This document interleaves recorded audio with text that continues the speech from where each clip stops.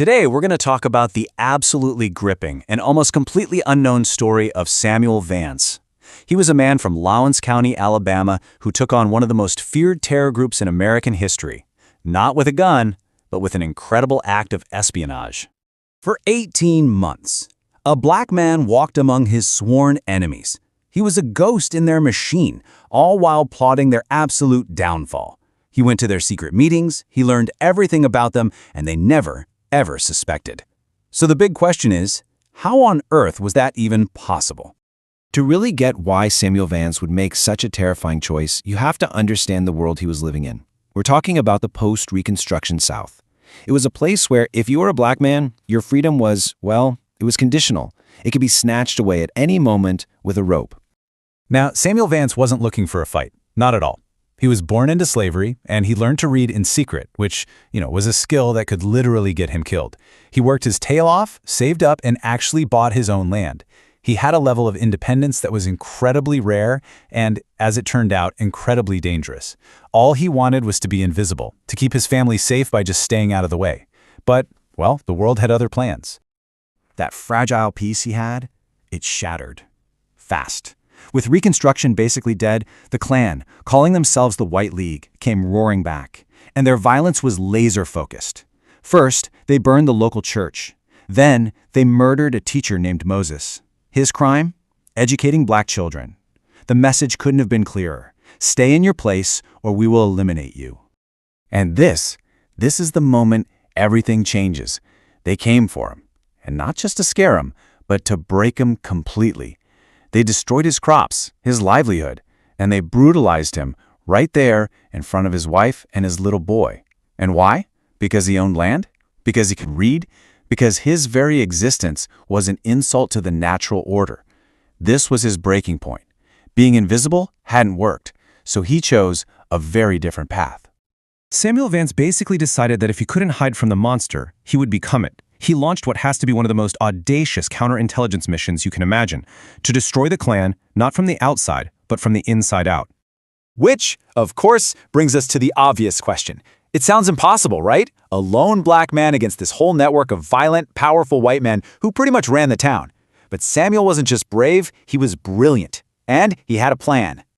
And this wasn't some reckless, emotional decision. No, this was a cold, methodical plan. Step 1. Research. He actually went to the state library and studied his enemy. He learned their secret handshakes, their passwords, their whole structure. Step 2. Transformation. He created a whole new person, Simon Vance, a fake white man with a believable backstory. And Step 3. Infiltration. He found the bars where they hung out, he listened, and he waited for the perfect moment to slip into their world. And how'd he get in? He used their own sickness against them. He's in a saloon, and he tells this completely made-up story about how he took part in a lynching. And for that, they didn't just accept him. They celebrated him. They bought him a drink and welcomed him into their vile circle, never for a second suspecting the man they were calling brother was actually their worst nightmare. Okay, so he's in. Now, what he did next is probably not what you're expecting. He didn't plan on using violence or trying to assassinate people. No, his weapon was way more subtle and 1,000 times more effective. He used psychological warfare. See, to get his strategy, you have to understand what made the Klan so powerful in the first place. It really boiled down to two things: secrecy and impunity. They could get away with murder because they trusted each other to keep their mouths shut, and they knew that the powerful people in their town, the sheriff, the banker, the doctor, had their backs. And Samuel saw it. He realized that their greatest strength was also their greatest weakness. If he could just shatter that bond of trust, the whole organization would start to eat itself alive. His plan was to turn their paranoia, the very thing that fueled their hate for everyone else, back on themselves. And here's just a perfect example of how he did it. He finds out someone is stealing from the Klan's stash of money, and he decides to frame this guy, Douglas Farweather.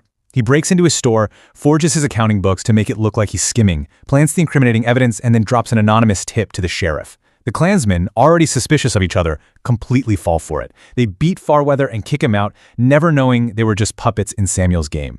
Just like that, trust was dead. So now, the Klan is weakened. They're fighting with each other. They're paranoid.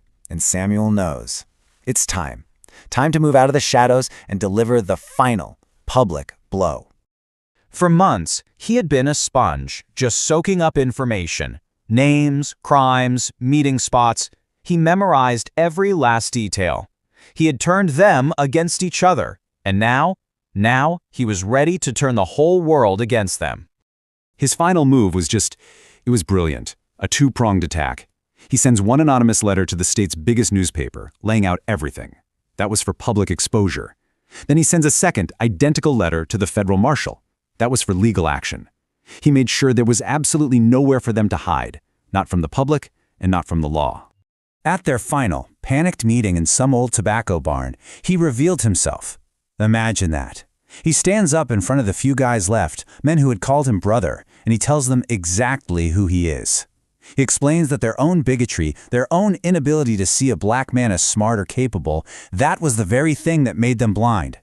That's what let him walk among them and tear their whole world down. But wait, the story doesn't end there. The Klan was exposed. Yeah, it was broken as an organization, but a lot of the men themselves were still free, and they were still dangerous. Samuel knew the law would only go so far, so he decided to deliver his own kind of justice. 7. Remember that number. Within just a few months of the Klan's public collapse, 7 of its most important members died. The local paper called them unfortunate accidents of unusual similarity. But they weren't accidents, not even close. Think about this. The guy who recruited him, thrown from his horse after it tripped a wire Samuel had set. The banker, drowned after his boat sprang a leak that Samuel had made. Another member died when his own rifle, which Samuel had secretly weakened, exploded in his hands. The Klan's doctor, just broken by the public shame, took his own life. Each death was precise, methodical, and on paper, just a tragic accident. Samuel had become a ghost, delivering a kind of justice the courts never could. And it worked. The combination of arrests, public exposure, and this string of accidents created a climate of pure fear. The organized KKK terror in Lowndes County, it just stopped. It was over. Samuel Vance had won. Samuel lived the rest of his life quietly, a respected farmer and a leader in his community. But his story leaves us with a really tough question. To get justice, he became a master manipulator, a saboteur, and a killer. He used the enemy's own tactics against them. So does that make him a hero? Or does the fight against monsters sometimes mean you have to become one yourself? That is something worth thinking about.